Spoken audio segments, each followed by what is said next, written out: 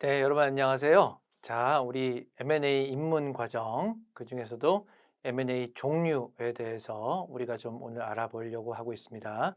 여러분들이랑 또 한 시간 같이 강의 진행할 이성혁이라고 합니다.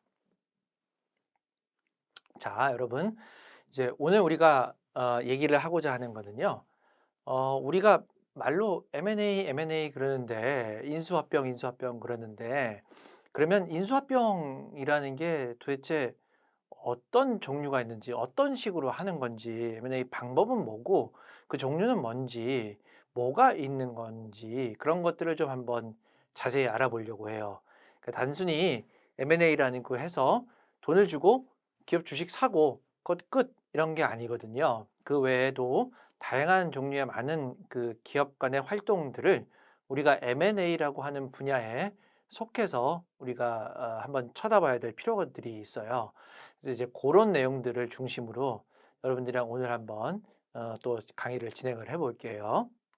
자, M&A라는 거를요. 뭐 이론적이긴 하지만 조금 분류를 해볼 필요가 있는 것 같아요.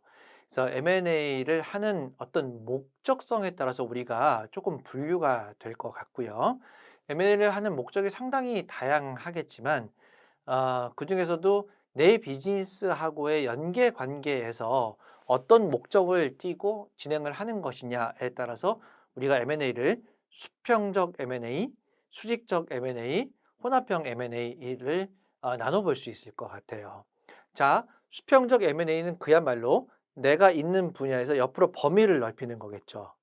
거꾸로 수직적이라는 거는 내가 있는 거에서 위아래로 늘리는 거겠고요.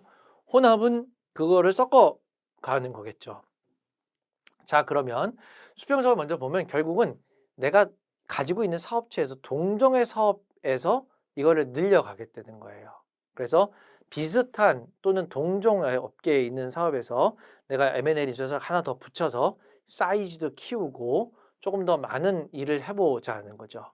그래서 주로 수평적 M&A를 하는 분들의 어떤 목적은 내가 지금 들어가고 있는 이 시장에서 시장의 어떤 전반적인 내 그 권한을 내 어떤 그 존재 자체를 좀 넓혀 보겠다라는 거예요. 그래서 내가 그 규모의 경제도 좀 키우고 시장의 지배적인 위치도 좀 들어가서 가격도 내가 선도적으로 결정하고 뭔가 리딩하는 사람이 되고 싶다라는 거 할 때 이런 M&A를 수평적 M&A를 많이 쓰게 됩니다. 그거에 반해서 수직적 M&A라고 하는 건 아까 말씀드린 것처럼 회사가 위아래로 가는 거죠. 그러니까 내가 A라는 물건을 만들어서 판매를 해야 되는 그런 업체인데 A라는 걸 만들려고 면 위에서 원재료를 받아 갖고요. 그 원재료를 내가 가공해서 그다음에 또 이 납품을 해서 이 사람은 또 이 사람 나름대로 모듈로 만들어서 그래서 그 모듈을 어디다가 판매를 하게 되는 거죠. 많이들 하는 게 이제 자동차 또는 핸드폰 이런 것은 이런 수직적 관계가 굉장히 강하잖아요. 뭔가 핸드폰 카메라 하나만 해도 카메라 모듈이라는 게 있고 그 카메라 모듈 안에 여러 가지 다양한 부품들을 생산하는 업체들이 거기에 넣어서 판매를 하는 거죠. 그러다 보니까 내가 원재료를 받아올 때 원재료를 공급하는 업체에서 마진 띄이고 내가 또 만들어서 마진 띄이고 뭐 이렇게 하다 보면 굉장히 내가 버는 돈은 앞뒤로 조금 밖에 없을 수가 있어요. 그러면 그게 아니라 내가 원재료를 만드는 회사를 아예 인수를 해서 원재료를 안정적으로 공급받을 수도 있고 그다음에 원재료 받는 가격을 굉장히 낮출 수도 있고 그러니까 원재료와 내 제품이 판매되는 그 마진을 서로 공유를 할 수 있는 거잖아요. 그렇게 해서 수익적 M&A를 하면은 어떤 비용 절감 효과도 있을 수 있고 그다음에 여러 가지 이제 그 나에 대한 공급의 안정성 같은 게 있을 수 있어요. 예를 들면 외식 사업을 하는 업체들 같은 경우에요.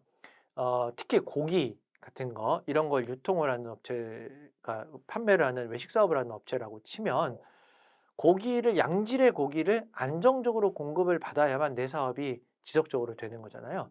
근데 용 양 양질의 고기를 공급하는 업체는 고기 도소매 업체이거나 더 나아가 갖고는 아예 그 목장을 갖고 있으면 제일 좋죠.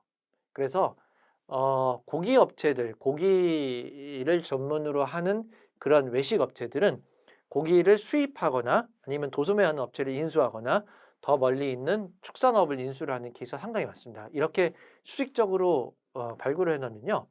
예를 들어서 소에서 떨어져 나온 고기만 우리가 받는 거 하고 소에서 소를 한 마리 그냥 잡아다가요. 그거를 발굴을 해서 여러 가지 부위를 해서 내가 필요한 부분, 내 식탁에서 필요한 부분은 내가 쓰고 부산물 나오는 거는 판매를 할 수도 있는 거고요. 또 뼈 발굴해서 나와서 떨어져서 나오는 거는 곰탕으로도 쓰고 뭐 갈비탕으로도 쓰고 이러거든요. 그러니까 훨씬 더 원재료를 아끼는 측면도 있어요.